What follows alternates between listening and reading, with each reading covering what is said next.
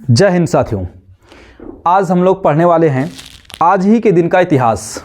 आज है 1 जनवरी।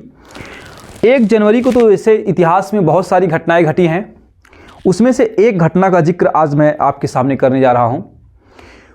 वह है शौर्य दिवस।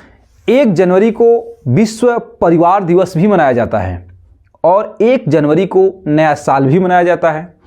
1 जनवरी को ही शौर्य दिवस मनाया जाता है। ऐसे 1 जनवरी को बहुत सारी घटनाएं घटी हैं। उनमें से एक घटना है कि शौर्य दिवस क्यों मनाया जाता है, उसकी चर्चा इस क्लास में होने वाली है। तो हम लोग अपनी क्लास को चालू करते हैं। देखिए, ये जो कहानी दरअसल है 2 लोगों के बीच में झगड़ा हुआ, उस झगड़े की ही कहानी है। एक प्रकार से सीधा युद्ध है और उस युद्ध की कहानी है। देखिए, एक समाज है जो पेशवा कहने का मतलब आप मान के चलेंगे कि महाराष्ट्र के जो ब्राह्मण हैं उनको हम पेशवा कह रहे हैं। अभी इस शब्दों का जिक्र थोड़ा सा बहुत कम होता है आज की दुनिया में। पहले जो सन 1818 इस काल में इन सब चीज़ों का ज़्यादा जिक्र था, इस शब्द का। तो जो पेशवा समाज के जो लोग थे, ब्राह्मण जो थे, इनका झगड़ा किससे हो गया? ईस्ट इंडिया कंपनी से। तो जब झगड़ा होगा तो युद्ध होगा। जब युद्ध हुआ तो दोनों तरफ से सेना लड़ी। तो जो पेशवा समाज के जो लोग थे, इधर से जो लड़ने वाली सेना थी, उस सेना के जो हेड बने उनका नाम था पेशवा बाजीराव द्वितीय। पेशवा बाजीराव द्वितीय की जो सेना का गठन हुआ, उस सेना में टोटल लोगों की संख्या जो थी 28,000 थी। उस 28,000 में से लगभग 20,000 जो सैनिक थे, 20,000 ऐसे सैनिक थे जो घोड़सवार थे और 8,000 जो सैनिक बच रहे हैं, वो सब 8,000 सैनिक जो थे पैदल सैनिक थे। तो ये पूरी इनकी सेना का डिटेल हो गया। पेशवा मतलब ब्राह्मण, और इनके द्वारा झगड़ा हुआ ईस्ट इंडिया कंपनी से, और इनके तरफ से एक व्यक्ति बनाया गया, कह सकते हैं सेनापति बनाया गया, पेशवा बाजीराव द्वितीय। और इनकी टोटल सेना कितनी की है? 28,000, जिसमें से 20,000 सैनिक ऐसे हैं जो घोड़सवार हैं, घोड़सवार सैनिक कह सकते हैं आप, और 8,000 जो बची हुई सैनिक है वो पैदल सेना है। तो ईस्ट इंडिया कंपनी की तरफ से भी लड़ने वाले लोग होंगे। ईस्ट इंडिया कंपनी की तरफ से जो लड़ने वाले लोग थे वो महार जाति के लोग थे, महार समुदाय। जैसे अलग अलग राज्यों में अलग अलग क्या कहें, जाति में तो सब बटे हुए हैं। तो ऐसे ही महाराष्ट्र में एक जाति है महार जाति। आप दलित समझ के चलिए कि दलित समझ के मत चलिए, दलित ही लोग थे। तो दलित वर्ग के जो महार थे, ये लोग ज्वाइन कर लिए थे ईस्ट इंडिया कंपनी को। जब ईस्ट इंडिया कंपनी को इन पेशवा के खिलाफ आर्मी उतारनी पड़ी तो उनके सामने जो खड़े लोग थे वो थे महार, और उन महारों की संख्या जो थी वो थी संख्या 500, टोटल 500 महार। और एक तरफ पेशवा की जो सेना थी वो थी टोटल 28,000, और उस 500 की में से 250 ऐसे लोग थे जो घोड़सवार थे और 250 ऐसे लोग थे जो पैदल सेना के थे। और ये दोनों जब आमने सामने आते हैं 1 जनवरी 1818 को, दोनों के बीच में युद्ध होता है।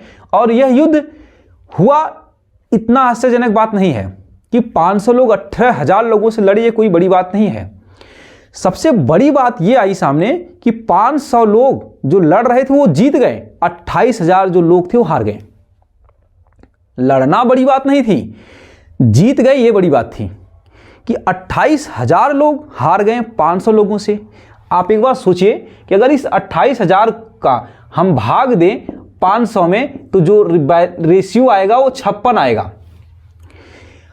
एक व्यक्ति 56 लोगों से लड़ा, कह सकते 56 लोगों को मारा, तब तो जीते।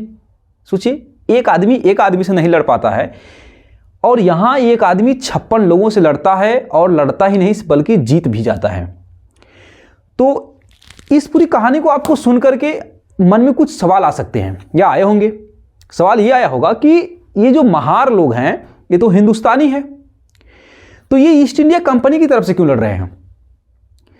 और इधर जो पेशवा समाज जो ब्राह्मण है ये भी हिंदुस्तानी है, तो ये दोनों आपस में हिंदुस्तानी क्यों लड़ रहे हैं? दरअसल ये हिंदुस्तानी है जरूर, लेकिन लड़ ईस्ट इंडिया कंपनी की तरफ से ही रहे हैं। अब दूसरी बात समझिए, इस पक्ष के जो लोग हैं, पेशवा समाज के लोग, मतलब ब्राह्मण। अब इस पक्ष के लोग जो महार जो हैं, इन दोनों में हमेशा मतभेद रहा है। ये दोनों अलग अलग विचारधाराएं हैं। इधर के जो लोग हैं, महार समाज जो है, ये अंबेडकरवाद है एक तरह से कहिए आज की डेट में, और इधर जो है ब्राह्मणवाद है। तो ब्राह्मणवाद द्वारा मतलब ब्राह्मणों द्वारा दलित समाज को प्राचीन समय से अब तक सताया गया। अब इस बात का इनके अंदर बहुत ज़्यादा वो थी, बदले की भावना, कि हमको इतने लंबे समय से सताया जा रहा है, वो भी जाति के नाम पे। कोई गलती नहीं है, बस आप दलित जाति में पैदा हुए हैं, इस वजह से आपको सताया जाएगा, इस वजह से आप पशुओं जैसी जिंदगी जिएंगे, इसमें आपकी कोई गलती है नहीं। अब ये सब इनके पास सवाल थे, और एक बार इनके पास जब मौका मिला, ईस्ट इंडिया कंपनी मंच पर जब पहुँचे, ईस्ट इंडिया कंपनी ने इनको ट्रेनिंग दिया कैसे लड़ना है, हथियार दिए, तो इनके अंदर जो बदले की भावना थी, अपने जातिवाद को खत्म करने की जो इच्छा थी कि हम जाति को नहीं मानते हैं, हम खत्म कर देंगे, और आपने इतने लंबे समय तक हमको सताया है, हमारे साथ भद्दा व्यवहार किया गया है, उसका बदला लिया जाएगा। ये जो बदले की भावना अंदर थी, उस भावना को खत्म करने के लिए ईस्ट इंडिया कंपनी जो मंच है वो सटीक था। इसलिए महारों ने सबसे पहले ईस्ट इंडिया कंपनी को ज्वाइन किया, और फिर अपने स्वार्थ के लिए, अपनी इच्छा को खत्म करने के लिए, मतलब अपने बदले को लेने के लिए, इन लोगों ने इस मंच का बाकायदे प्रयोग किया और इन सबको पीटा, और बाकायदे पीटा। तो आपको समझ में आएगा कि ईस्ट इंडिया कंपनी की लड़ाई दरअसल वो तो थी, लेकिन इसमें महार अपने मकसद से लड़ रहे थे, क्योंकि इन्हें अपना बदला लेना था, और लिए। और बदला लेना कोई गलत बात नहीं है। हजारों साल से अगर कोई व्यक्ति इतनी पीड़ित है तो उसे हक है कि वो आज़ादी के लिए संघर्ष करे, और संघर्ष में कुछ भी हो सकता है, सर कट सकता है और सर आदमी काट भी सकता है। तो संघर्ष की दुनिया ऐसी होती है। अब इस कहानी में इस पक्ष के लोग भी एक दावा करते हैं कि दरअसल ये जो महार लोग हैं, ये लोग सही नहीं किए, ये तो हिंदुस्तानी से लड़ रहा है, जबकि इन सबको मिलकर के ईस्ट इंडिया कंपनी के खिलाफ लड़ना चाहिए, ईस्ट इंडिया कंपनी को भगाना चाहिए। दरअसल एक बात समझिए, जब ईस्ट इंडिया कंपनी आई थी, पूरे हिंदुस्तान को गुलाम बना रही थी, पूरे हिंदुस्तान को। और इस हिंदुस्तान में पहले से गुलामी थी। वह गुलामी में कौन था? ये जो दलित समाज है, दलित समाज ईस्ट इंडिया कंपनी के आने के पहले भी गुलाम था। इसलिए ईस्ट इंडिया कंपनी के आने के बाद इन्हें जो होने वाली हानि थी वो हुई ही नहीं, क्योंकि ये गुलाम थे। जिसके पास कुछ नहीं है खाने पीने के लिए, उससे क्या लूट लेगी ये कंपनी? कुछ नहीं लूट पाएगी। लूट तो उससे लूटा तो उसका घर जाएगा जिसके पास धन है। ये गुलाम थे, तो इन्होंने ईस्ट इंडिया कंपनी के खिलाफ लड़ना पसंद नहीं किया कि भाई हम पहले अपनी आज़ादी की बात कर ले, फिर हम देश की आज़ादी की बात करेंगे। इसलिए ये लोग ईस्ट इंडिया कंपनी के पक्ष में नहीं लड़े, ये लोग ईस्ट इंडिया कंपनी के विरोध में नहीं लड़े, ये सब के सब ईस्ट इंडिया कंपनी के पक्ष में लड़े। इसके पीछे का ये कारण है, क्यों ये पेशवा पक्ष का सहायता नहीं किए हिंदुस्तानी होने के बावजूद भी।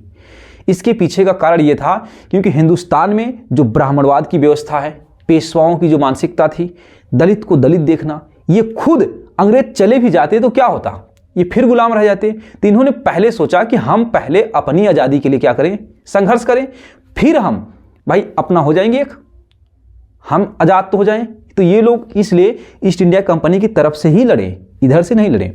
अब ये लोग कहते हैं कि आप हिंदुस्तानी होकर के हिंदुस्तानी के खिलाफ लड़ना सही नहीं है। आप सब जो ये 500 सेना जो थी, ये सब के सब ईस्ट इंडिया कंपनी की सहायता कर रहे थे कि ईस्ट इंडिया कंपनी ग्रोथ करे आगे और उसका साम्राज्य फैले। तो ये जो है आधा अधूरा तर्क है। ऐसा नहीं था कि ईस्ट इंडिया कंपनी में सिर्फ महार ही समाज के लोग थे। एक महान व्यक्ति हैं जो इतिहास में उनका बहुत सम्मान के साथ नाम लिया जाता है, वैसे व्यक्ति बहुत ज़बरदस्त हैं। इनका नाम है मंगल पांडे। मंगल पांडे जो हैं इतिहास में पहले व्यक्ति हैं हिंदुस्तान की आज़ादी के लिए करने वाला विद्रोह, मतलब हिंदुस्तान की आज़ादी के लिए पहला व्यक्ति जो है जिसने विद्रोह कर दिया। अब एक बात समझिए, जब तक ये विद्रोह नहीं किए थे तब तक यह व्यक्ति क्या था? ईस्ट इंडिया कंपनी में मंगल पांडे क्या थे? एक सैनिक ही थे। यह भी ईस्ट इंडिया कंपनी के मकसद में सहायता करते थे। यह भी सवाल क्रिएट हो जाएगा फिर।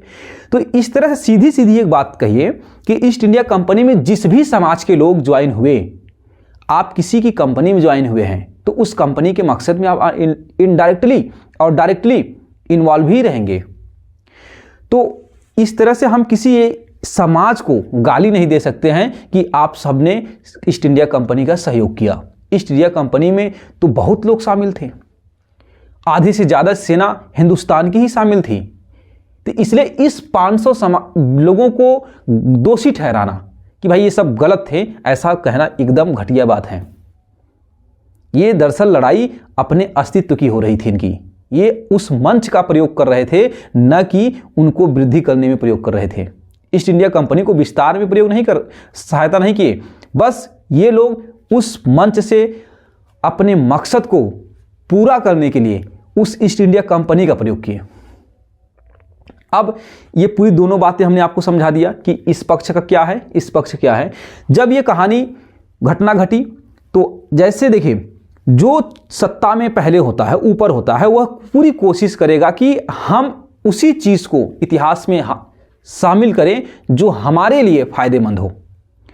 तो यह आरोप लगता है इस समाज के ऊपर कि ब्राह्मण समाज जो है, हिंदुस्तान की जो यह घटना है, महारों की जो विजय गाथा है, इस विजय गाथा को दाबने की कोशिश की गई और लंबे समय तक की गई। लेकिन यह घटना दब नहीं पाई। समय के साथ धीरे धीरे यह घटना उजागर होती रही। आज धीरे धीरे पूरे हिंदुस्तान तक उजागर हो गई, हर व्यक्ति इसको जानता है। आज यह इतिहास के पन्नों में लिखा हुआ है, सिलेबस का हिस्सा बन चुका है। अब ऐसा क्यों कहा जा रहा है? क्योंकि हर समय काल में एक व्यक्ति राजा होता है और राजा का ही इतिहास लिखा जाता है और राजा के आधार से ही लिखा जाता है। तो सत्ता में यह पक्ष रहा तो जाहिर सी बात है कि यह अपनी हार की कहानी को छुपाने की कोशिश की जाएगी। यह भी सच है और ऐसा हर युग में हुआ है, आज भी हो रहा है, कल भी होगा। जो सत्ता में होगा, अगर उसका इतिहास लिखा जा रहा है तो उसमें वही बात लिखी जाएगी जो बात उसके लिए सही होगी। ये बात आपको समझना होगा।